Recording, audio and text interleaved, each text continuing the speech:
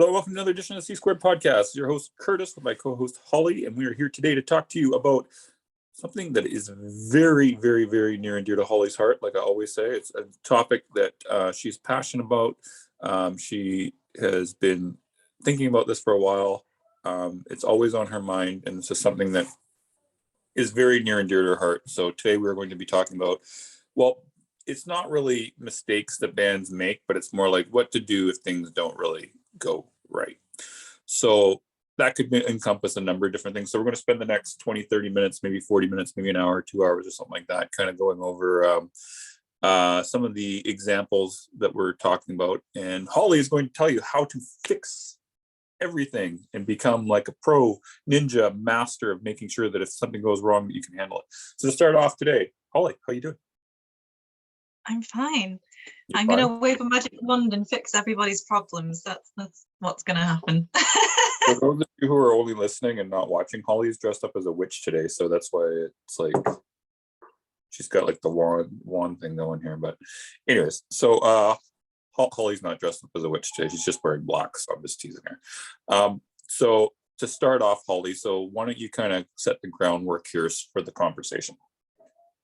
Yeah, sure. So obviously most people tend to schedule out their PR campaigns, their marketing campaigns ahead of a release, whether that's video, album, single, whatever. But sometimes things go wrong. So whether it's you've planned a video on a certain day and then suddenly the guy who's going to film it has to cancel, or your music doesn't get uploaded to Spotify and streaming platforms on the day that you wanted, or your photographer bails, or someone's ill, something goes wrong that you can't control, and suddenly your schedule is out the window. So has this happened? Has any of this type of stuff ever happened to Disconnected Souls? Oh yes, it has. I can give you the big example. The big example is we haven't filmed a music video yet. The plan was to film in March of 2020. You can see why that didn't happen. We scheduled to September when things were lifted a bit over in England. And then a couple of days before we were going to go and film, because we were going to film in Wales, suddenly they brought more lockdown restrictions, and venue not possible, couldn't get the videographer down. So our new date is October 22. So it's going well. That's quite the delay. Okay. It's quite the delay, isn't it? So I mean, that's a very, very extreme example. I'm sure most people don't have to delay their videos quite that long. But it's kind of stuff happens that really is out of your control and you can't do anything about it. So we did the thing of, okay, we'll release other songs in the meantime, and we'll just do like a quick visualizer or something else with it, so that this one song that we want with the video will still get the video. It will just be further down the line. So we've just kind of swapped things out best we can, and so at least that way we're still putting music out, and it doesn't feel like we're delayed as much, if that makes sense, because we're still doing other things. Yeah. What song is this for, out of curiosity? It's called Dissonant Whispers. Okay. Wasn't like the new one, Petrichor. No. Well, the funny thing, Petrichor wasn't going to be released for a very long time, and then last September, I think it was, I just suddenly decided, you know what, I can finish this by myself. Because we were still all separated at that point. I was like, you know what, I can finish this by myself. This is a song we can release. So that's why that one went out when it did. Yeah. Okay. So now, do you have any other horror tales like that for Disconnected Souls before we move on? I mean, that was certainly the main one. Okay. Have you ever experienced as a PR a horror story like this? And if so, can you kind of say what it is without going into names, please?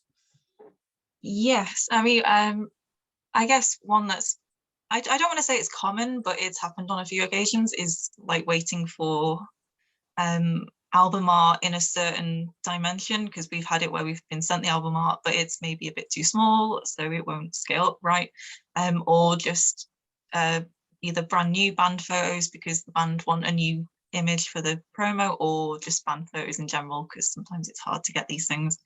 So those are kind of the most frequent, I guess. Yep, I would agree on that. So just to reiterate, or not really to reiterate, because we haven't really said it this time yet.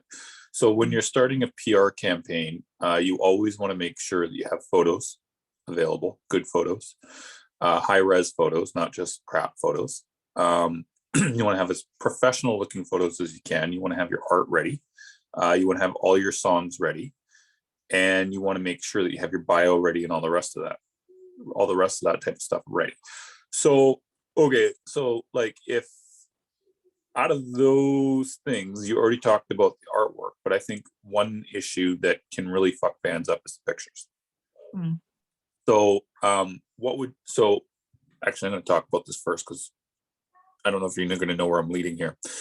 So, with the pictures, like let's say that if you start a PR campaign with a company, like you send over your money, you got the MP3s over there, you got your bio, they're ready to do your bio, you got the artwork, and they say your pictures are crap. So here's the thing: is that it's in your best interest to go and just get the pictures done. So like if you get a reject on that, just go get the pictures done. You can always swap the date a little bit further ahead if you need to on your album. Most independent bands, they have no necessity of releasing by a certain date and having it be inflexible. So I think part of the thing is that the first thing is not to freak out and think it's the end of the world. Let's hear your thoughts on this, Holly. Oh yeah, like I certainly don't think it's the end of the world. And I feel as though photos are something that can usually be fixed relatively easily. Yeah. So that's fine. I think one thing to perhaps mention is, we can't really send out any press materials without photos, because journalists are just going to come back to us straight away and be like, where are the photos? Yep. So it's kind of, we can't really do anything until we've got them. That's why it's so important. So I mean, there are so many photographers. You can usually track them down. They're not dead expensive if you just want to do, I don't know, half an hour just to get like a handful of photos you can then use. Photography students are great if you're really struggling for cash, because they might be able to help, like if they're trying to build up their portfolio, they might be cheap or even free. So look at students. Something to bear in mind is maybe just like, I don't want to talk too in depth on this because I've got a podcast planned in a couple of weeks where we're going to go over all the photography stuff with special guest photographers. So just to cover I'll just do the basics. Sure. Just if you're doing it outside, do it in natural daylight, like bright daylight. If you're doing it inside, preferably use professional lighting, or like maybe if you've got a YouTube ring light thing, if you stream, that would work fine. Stuff like that, and then it just means that at least people will be able to see you in the photos, and they're high enough quality. If as well, ideally take with a proper camera. I know some phones are like, we are camera quality phones. It's still a phone. Use a camera, please. Yeah. If you can. Oh, and landscape photos. Please landscape. It just, just landscape makes everybody's life easier. Holly's face as she's saying this, she looks like she wants to strangle somebody in particular. I'm fine. Mm-hmm. No, it's fine. It's just, yeah. I think the reason it bothers me is because we know sometimes things maybe get turned down because the photos aren't good enough, or a review that might have gone on the front page of a website is now suddenly shuffled into the back. Because they maybe the website feels a bit like, oh, it's going to make us look a bit unprofessional by putting these photos on. So it really is in your best interest to have as good a photos as possible. Obviously, I get it. The past 2 years have been not very band photo friendly for various reasons. So, stuff happens, it's fine. But yeah, just try and, yeah.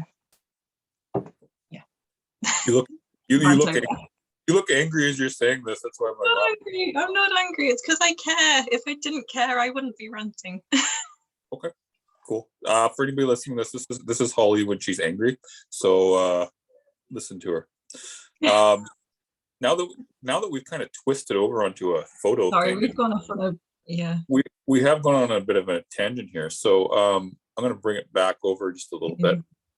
So okay, so now artwork we kind of talked about a little. Okay, well let's say that your release date needs to be moved. Hmm.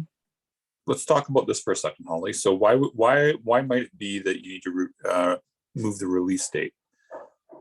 So yeah, if it's becoming apparent that we're not going to get press materials or anything far enough in advance, or music isn't uploaded to streaming platforms, or distribution isn't sorted, I would recommend that you move the date, because it's not a major issue. I mean, I'd rather not move dates unnecessarily, but if it's needed, it's not a major issue to move it, and it just gives you a better chance on getting more press coverage. Because the more time we have to send it to journalists, and the more review time they've got ahead of the release date, the more likely you are to get the stuff. All right. So what other ones do we want to take up? Because now we've taken up 3 out of 4. Did we already talk about everything already? Oh god, that was quick if we did. What was I think? I guess I guess one thing to mention with streaming platforms is if something happens where your distributor doesn't deliver it on time, or whoever was delegated the job of doing it just hasn't done it. Worst case scenario, just turn it into an extra release. So you could have like a CD release or a Bandcamp release, and then couple of weeks later, have a streaming platform release. It's not the end of the world. It's not great, but it's not the end of the world. So. Yeah, I mean, I think basically what Holly's trying to say and what I'm trying to say is that everything is manageable as a general rule. There's nothing that's too big of an issue that can't be resolved on any of these types of things. So if something comes up, just roll with it. Don't flip out, and don't be like a douchebag about it. So I'm going to wrap up this episode, Holly, because I got something I wanted to tell you off the air here. So do you have any final words you would like to say before we end this podcast? I guess main thing is it's never the end of the world. There's always a means of rolling with it, working with it. Second thing, talk to us. If you have anything, like, the sooner you tell us, the sooner we can fix stuff. And I won't be angry with you, I promise. I want to help. So yeah, but yeah. Okay. All right. And with that, this podcast is finished.